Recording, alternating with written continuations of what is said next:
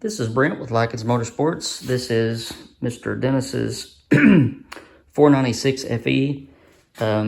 Calico actually got the bearings this past Monday and I already have them back. So I want to give them a lot of thanks for knocking those out for me so quickly. So right now I've got my front main cap and my rear main cap torqued down, and I've just measured the front #1 main journal, and I'm getting ready to set my bore mic to the micrometer and we're going to check clearance. Our #1 journal measured 27481, and I've got my bore mic set to that. And we have about 2 inches and 9/10 clearance, which is perfect. So we're good to go on the front one. I'm going to measure the rear one, get those done, and then I'll go ahead and torque the other caps on. I just wanted to get some preliminary checks. You don't want to get all 5 caps torqued down and then find out that everything is whopper jawed. So I want to check this one, and then we'll get these other caps put on. The #5 main journal on the scat crank was also 27481. So I just jammed my bore mic back in, and we're at 2000s and about 8/10 on that one. So everything's repeating, and we'll get those other main caps on now. Okay, make sure that when you do your middle caps that the side bolts are torqued. It does change the spec. I'm going to show you how much right here. This is the #3 cap with no side bolts.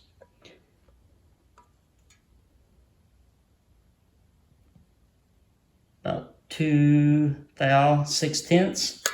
I'm going to torque those side bolts up and we'll check it again. We've got our side bolts torqued.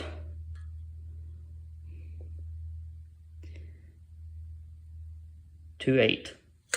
So, and that's, I've gotten 2.9 on the front one and 2.8 on the rest. So everything is coming in real nicely, but that's a testament to how much fasteners change the shape of the block. If you've ever messed with some of the Texid modular Ford 4.6 liter stuff, you can't even hardly turn the crank until all the mains are torqued. So it messes with the block quite a bit. One more to go. And here is the #2 main cap with the side bolts torqued. Whoops, walked her out.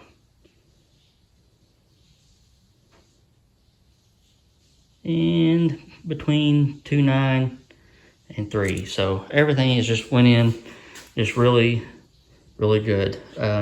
Sometimes you fight with these things and sometimes it all just falls together, and this one's falling together. So next step is to get all the main caps off and cleaned. Well, not the main caps, but I wiped down the bearings one more time, and then we'll get our rear main seal in and drop our crank in. If you're wondering how to get what to set your clearances to, you will never go wrong by using the 1 thou of clearance per inch of journal method. That's pretty much what I use. I tweak a little bit based off of experiences, but for this block, as an example for this build, the main journals are around 2.750. So I usually try to aim for main bearing clearance of 2.7, 2.8, and with a coated bearing. If it's a non-coated bearing and we're going to be putting a little bit more horsepower through there, I'll usually opt for about a 1/2 thou more clearance if I can get it. But I also use main coated bearings on every engine that I build.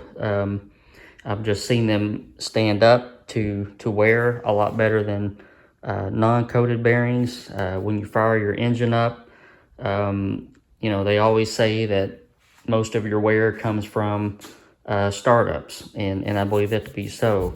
I've also heard of people who have plumbed in oil coolers backwards, and that sort of thing, and then started the engine with no oil pressure, and the coated bearings saved them. So it's a little bit more money, but it's worth it in my opinion. We're going to try to, the goal for this video is to get the short block together, sans the cam. The cam is still on order from Comp Cams. It is a full custom, what I consider a round lobe core. That's a little bit more custom than my normal custom stuff. So they start out with a complete billet core, and this allows me to change the lobe separation angles to stuff that you normally can't get with a core that's offered from the cam companies. So waiting on that, and of course I can't check piston valve clearance, I can't degree the cam, can't really do much, but we're going to get the crank in and all the rods and pistons in on this video.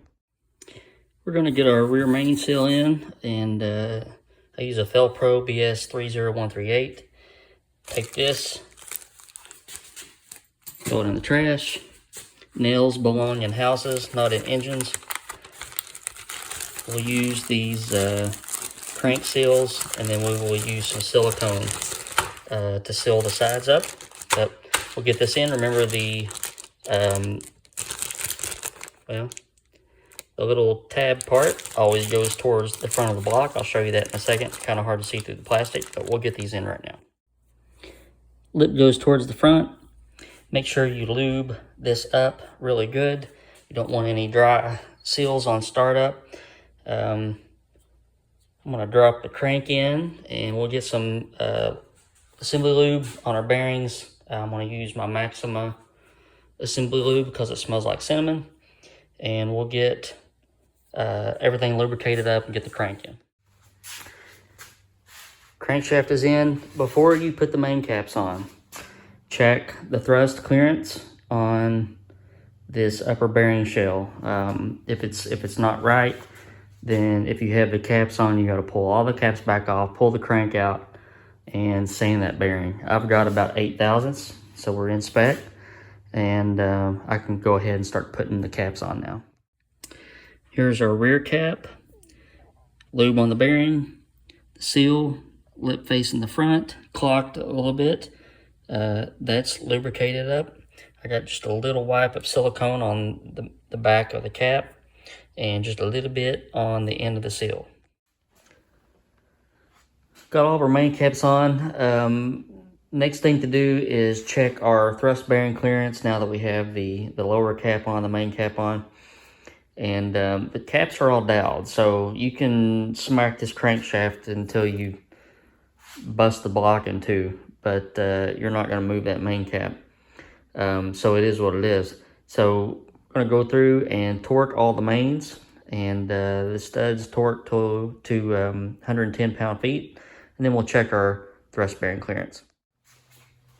Okay, so everything is torqued and ready to go. I had to pull the thrust cap back off and sand the bearing. Without the main cap on, I was getting about 8 thousandths thrust clearance. With the bearing, I was getting about 6.5.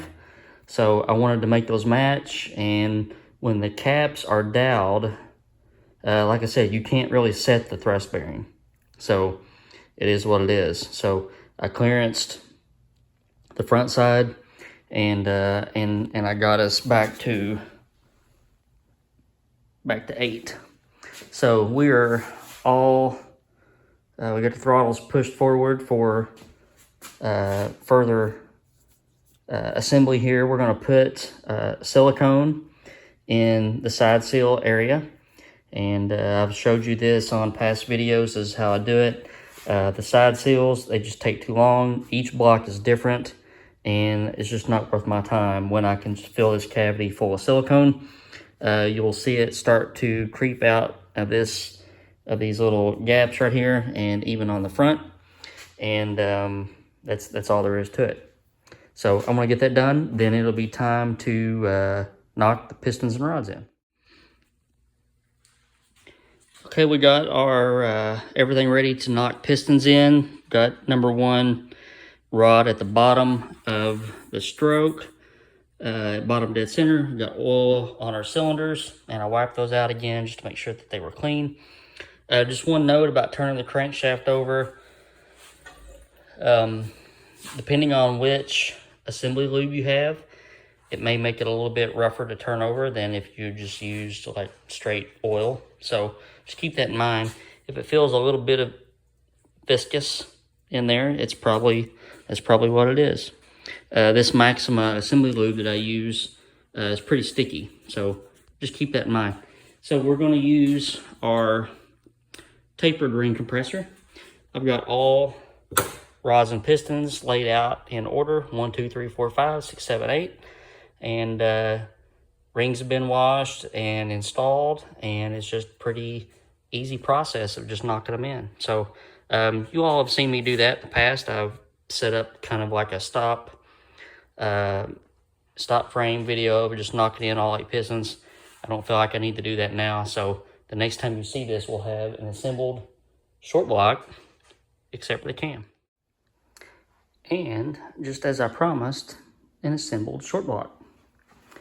So what we're going to do now, roll it over on the top side and check our rod side-to-side clearance, and then torque the rod bolts.